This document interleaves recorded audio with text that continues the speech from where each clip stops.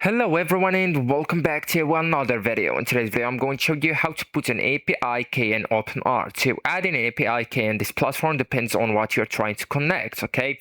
So we have the OpenArt that's own the API versus an external provider like OpenAI Stable Diffusion models. So actually guys, let's say that you want to use the OpenArt API. So you will need to get your API key. So as first you will need to own a plan.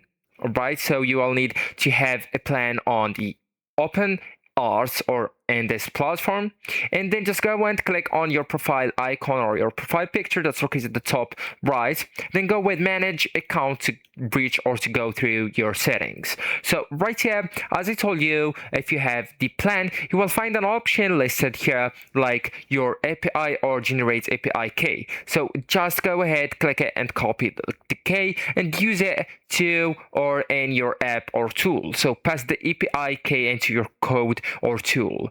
And this is used when connecting OpenArt to websites, apps, and automation tools. And let's say that you want to add an external API key to your OpenArt. So you will need to stay here and find an option. It says API keys or integrations. Okay, so then just look for a section like external APIs or model providers. Then just pass your key. So add your API key like the Open key or OpenAI key, and then just click on that blue button. It says save.